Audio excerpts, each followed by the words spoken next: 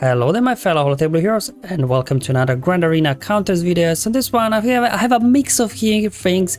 Last week I didn't really get a chance to try out many new things, just because, depending on what opponent puts on defense. I do have a couple of different here dash counters that I tried out, new ones, and then as well a few ship battles. None of the groundbreaking ship battles in this one, but I am going back and re-recording a lot of those Chimaera battles, and as well Raddus and Finalizer, because we have now new ships with High Interceptor, Echelon and Star Fortress. And as well, now that Houndstooth has moved to Executor, he's not used as with other fleets anymore, so I'm just kind of re-recording things. And yes, my rebels now are relict as well, so I'm starting to doing some home one fights as well that I wasn't able to do. So definitely stick around if you're interested in fleet battles. But anyway, first let's kick off with Bad Batch versus Dash. Now this Dash wasn't particularly fast, but you do have to add plus 20 speed to whatever Dash has from his mods, and as long as your Echo can outrun Dash, this is a very easy and straightforward fight. Now some people will have Dash around 340, but again some people have Echo at 360, so it's quite a viable counter, I would say, as long as you do have some good speed on your Bad Batch. But I have seen people winning with Bad Batch versus Dash even if they are slower, but obviously those battles can get a little bit dirty. This one where you can go first, obviously I was really surprised how easy and quick it was, because obviously I was a little bit concerned with L3, because remember, every time you hit L3 she cleanses a random ally.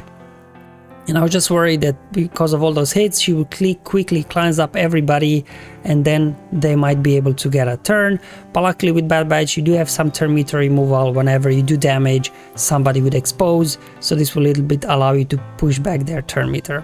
Anyway, Echo goes first, gets rid of all those buffs, gives lots of turn meter to the team. Then you get a mass stun out, hopefully on everybody. Unfortunately, they're L3, they're cleansed off Dash. But here we go, let's swap now turn meter with Echo, and let's take care of Chewbacca first so we can stop their revives. There we go, Chewbacca goes down, everybody goes down, and I'm like, why was I stressing about this? This was quite easy and straightforward battle, just finishing off L3. She's quite durable, but we were able to get her down for quick and easy 65 banner win. And next dash battle, I haven't actually tried, I don't think I've tried before troopers, and because I know some dash teams they have Nest in there, and then I was like, oh, I don't want to go up against Nest. Vet Hunter slightly worries me as well, to be honest, just because obviously he can counterattack and things like this. Now there's no Omicron on this particular dash team, but to be honest I don't think it would matter, because once you get your turn meter train rolling, you can just quickly keep killing L3 over and over again, and that's pretty much it. Again, it's going to be a speed check, right? Making sure that your troopers can get a jump start on the enemies. I'm bringing here Gideon, he's very fast, so is my Piet, so I should be able to get those couple of mass assists out very quickly. Now depending obviously on the mods and everything, I almost feel like maybe Gideon here will make this more consistent, just it gives you 2 mass assists, right, instead of just 1 from Veers. But anyway, let's just keep going, control the situation. As you can see, look how L3 is very durable, so you definitely want to get that first skill so you can start, then actually get your turn meter train rolling. So this is what I'm saying, worried about counterattacks. I dropped here an AoE, get a dispel. L3 was revived, and that's what I'm saying, like here at this point Omicron on Dash wouldn't even matter, to be honest, because I was able to go straight for their vendor Chewbacca anyways. So I don't think that I think Omicron, if you're using troopers, it makes a whole lot of difference, because as soon as Piet drops there, as you've seen, dispel, you remove the taunt from L3, and then you can just finish off their vendor Chewbacca, and the rest, to be honest, is going to be pretty easy. There we go. There's a little bit of worry, obviously there's Vet Han and Vet Chewbacca there, and whenever you take one of them out, the other one gets like 2 turns or something. So I'm like, Chewbacca, don't you dare get a turn and snipe some banners. And there you go, 65 banner win with troopers as well. Alright, so it was kind of 2 new dash kind of teams I tried out. Now I know Mothma versus Geos, right? This should be easy. I don't know, I just I'm having bad experience with sometimes with Geos, and you know, as you can see, these are some high relic ones there, and Poggle always likes to dodge a lot, right? So you never know how things will go. Also a little bit nervous, obviously my Kyle there, he's only gear 11, so I'm not sure, you know, will he be able to survive much longer, but hopefully we can get a jump start on them. But as you've seen from the mods, their Geobrood is very fast. It's faster than the rest of my team, to be honest. So the only character that will go first is obviously Kyle, because he's getting extra 30% thermometer in the beginning of the battle. Then hopefully my scout can get some critical hits in beginning, so they can feed thermometer to the rest of the team before Geos get a turn. That's at least what I'm hoping for. What will happen, we'll have to wait and see.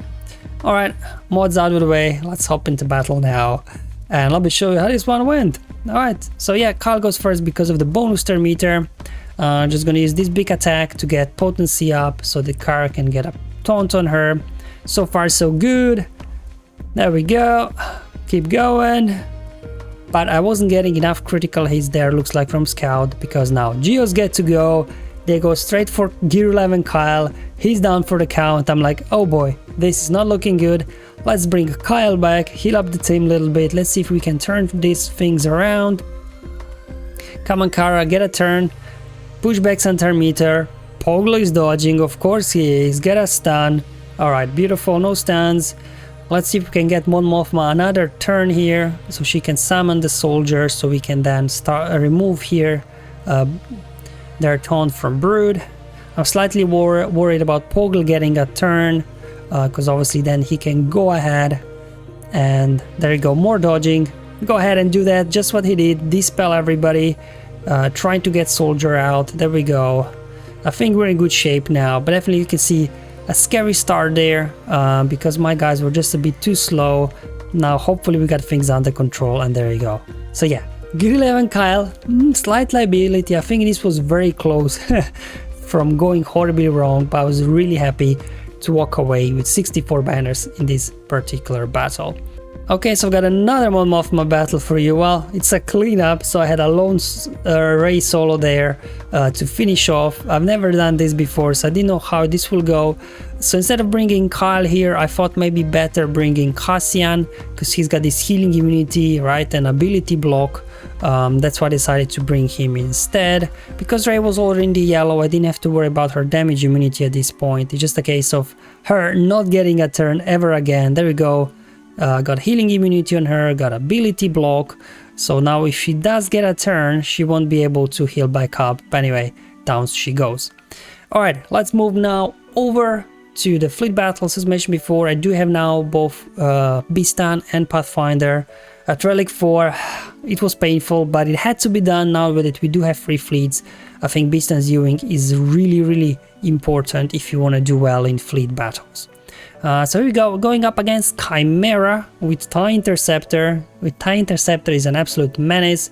So I'm bringing in Cassian in the starting lineup. I've seen these other people doing the work, so I'm just trying it out as well. Obviously, you will want to make sure your Bistan is very fast, so he goes first, and then you can get your turn meter train rolling.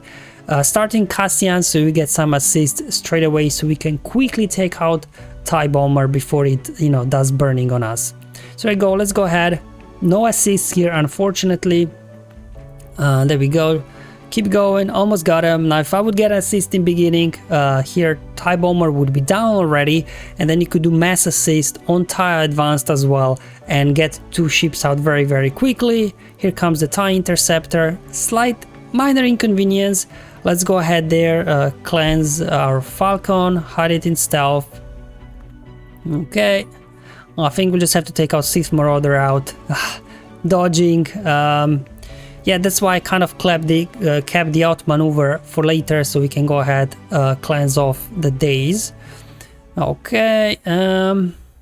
Let's just bring in... I think I'm gonna bring in Biggs, so we can then get target lock on Vader and just call assist, get TIE Advanced out, and that's just a case of finishing off here. Hopefully, as well, TIE Interceptor before they do any more damage. There we go, 72 battles. So with Rebels, if you have obviously relic type Beastan, you start out Cassian as well, so you can quickly get out Bomber, and if you get lucky with assists, which I didn't, you can also take out TIE Advance very quickly.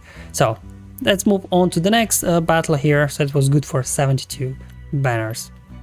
So up next we have another rebel battle. Again, I've never done this before, so I'm just trying out how do rebels do versus Malevolence. Again, I've seen it work, I've seen it fail, so let's go ahead. As long as, again, we get enough assists, hopefully we should be good to go here. Okay, no assists to begin with, but I'm starting to get assists now. There goes a stun, unfortunately, on Biggs. Hopefully mass assist now will take care of here. Sunfag, down he goes. So far so good. Obviously buzz droids will be coming in shortly, but luckily obviously that was free debuffs over on Biggs, so he was able to cleanse off all of that. Again, let's use outmaneuver, cleanse off those buzz droids. Oh boy, looks like Beaston's about to go down. I wish I could heal him there, but you know what, I think I want to bring in Cassian, so let's see if we can get out Hyena Bomber quickly, or one of the Vulture droids. Yeah, let's just get Hyena out. There we go. Okay, I'm feeling a little bit better now. Here comes the Spy. A big hit. Down goes Biggs. He did his job. I'm just going to go after Spy now. Of course, he keeps going in stealth. So, you know, I did have to dance around a little bit with him. And, you know, now just have to go after Vulture droids, unfortunately. Spy is there, a coward, hiding in stealth. Not much I can do here. Cassian still exposed, so let's just go ahead and heal him up as well. Let's do outmaneuver, do an AoE here to get defense penetration up. I just need one more hit on Spy and I think I should be... wasn't quite big enough. Okay, unfortunately have to go after those guys now. Come on, hang in there, guys. I think that was Beastan, wasn't it? Let's just do an AoE. I think that will finish off Spy, and there we go. Alright, not the cleanest win, but you know, probably not first choice, Rebels versus Malevolence, but it's good to know that it can work if you need it to work. 68 banners, not bad versus Malevolence, I would say. Alright, let's move on to the next fleet battle for today. Finished with Rebel battles now. So here I'm trying out now for the first time using as well Chimaera with my TIE Interceptor versus Malevolence. I'm just showing you that actually both TIE Interceptor and Gauntlet pilots are low gear, so you don't really need, to be honest, them to be high gear. They're there just for their utility. TIE Interceptor I won't even use. You just need it there obviously to get to your ultimate faster one turn. There we go. I'm just going after Sandfak again first. Here come buzzes. Now here is a bit of RNG, obviously how many assists the enemies get, but first reinforcement, bringing Gauntlet, even at low gear, it will still cleanse up for the buzz droids, right? So it doesn't even matter. Just switch back over to Sandfag, just try to get it out as quickly as you can. Okay, more buzz droids there, but TIE Bomber luckily is quite durable, just basics. I don't want buff immunity on Sandfag, I want to be able to finish it off. Here comes Spy. I'm not sure what happened there. For some reason it didn't use the big hit over on TIE Advanced. So again, it seems like it's a little bit of an RNG Chimaera versus their Malevolence. Just depends who Spy exposes, I guess. But we'll just keep going. Okay, TIE Advanced still hanging in there. I'm just going after Hyena Bomber. Can put their buff immunity on there. My TIE Bomber barely hanging in there, but little bit, just needed to hang around a little bit longer because I would be able there to clean him up with TIE Shuttle. But anyway, let's clean up Vader instead, then he's more important to this team anyways. Now that you took a big hit there on Gauntlet, again, you know, Spy, you have to put a hit on him anytime he's out, because obviously he'll keep going in stealth and you don't want to get stuck behind there. Okay, nice dodge, beautiful. Oh, perfect. Let's go ahead, use the ultimate, heal up Vader. Here I'm just thinking which one to take out. I think Hyena Bomber, he's very durable, so I think better use ultimate on him. And it also took care of Spy as well, perfect. Finished off the final Vulture droid for 67 banner win. So Chimaera, same like Home 1, can work versus Malevolence, but as you can see there's a little bit of RNG involved. obviously what happens, especially who spy exposes and things like that. But if you have no other choice, Chimaera home 1, you know, do have a shot.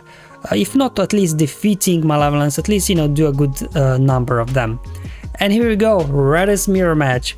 So my opponent, it's got 5-star Star Fortress, my Star Fortress is at 4-star, but I'm not starting with Star Fortress, because remember, Star Fortress will dispel Foresight when it gains it, so it won't help you to get to your hold on maneuver any faster. So when it comes to Raddus Mirror matches, I always prefer to start with a full resistance seal lineup, so they can all gain Foresight, so you can get to hold the maneuver before the enemy can. And if you do that, you're gonna win. So definitely don't recommend here using anybody else but these 3 ships here, because as mentioned before, Star Fortress, whenever gains Foresight, will dispel Foresight from itself, so it wouldn't help you there to get to the hold maneuver faster. Other than that, you know, standard here things. I will bring in Star Fortress as the reinforcement, just so we get a taunt up. We can get some assists, finished off their Star Fortress, can go ahead here. Unfortunately, lots of dodges there, but it doesn't even matter. Here we're just using specials, so we can actually get to our hold on maneuver faster. My Poe there, barely hanging in there again. Depending on RNG, I could have lost Poe there, and it would cost me some banners. But you know, we should be able to get to our maneuver much faster than them. Stuck behind Clone Sergeant Stone for the time being. Let's go ahead, heal up, get Deflector Shield, so we can start gaining Foresight. Accept Star Fortress whenever we can. Let's go ahead, I don't know, just do that, I guess. Basic, almost got Sergeant down for the count. Oh, okay, 4-star Star Fortress hanging in there, down goes Sergeant. Let's see what reinforcement they've got for us next. That's a Resistance X-Wing, okay. Well, too little too late, time to pull off hold the maneuver, blow up their Raddus, and now we just have to clean up these guys. Bringing in here, it brought in a Consular, so you know, we can maybe recover some more protection. Let's go ahead, put a Daze Over on their Falcon, so it doesn't, you know, gain any bonus turn meter. Finish it off, going after Poe now, do a big AoE there, and just Resistance X-Wing left. And let's go ahead and see how many banners this was in the end. 69 banners. Obviously Poe there could have died off, so maybe this would be a 60 banner win. So again, Raddus Mirror matches, not going to be high banner wins, but I just wanted to show you, if you do have to do it, just make sure you start with a full resistance lineup in beginning, so that you get to your hold on maneuver faster than the enemy, and you should be good to go. Alright guys, hopefully this video was useful and helpful, just showing you some new counters that I've been trying out, and you know, re-recording some of the fleet battles with some of these new ships, so that when you do go on my SWGOH Live tool and you check out ships counter, hopefully eventually all of them will be up to date and more relevant than some of the outdated ones with the older ships. Thank you for watching guys, I'll see you in the next one, but until then, have fun, enjoy life, and may the RNG be with you, my friends.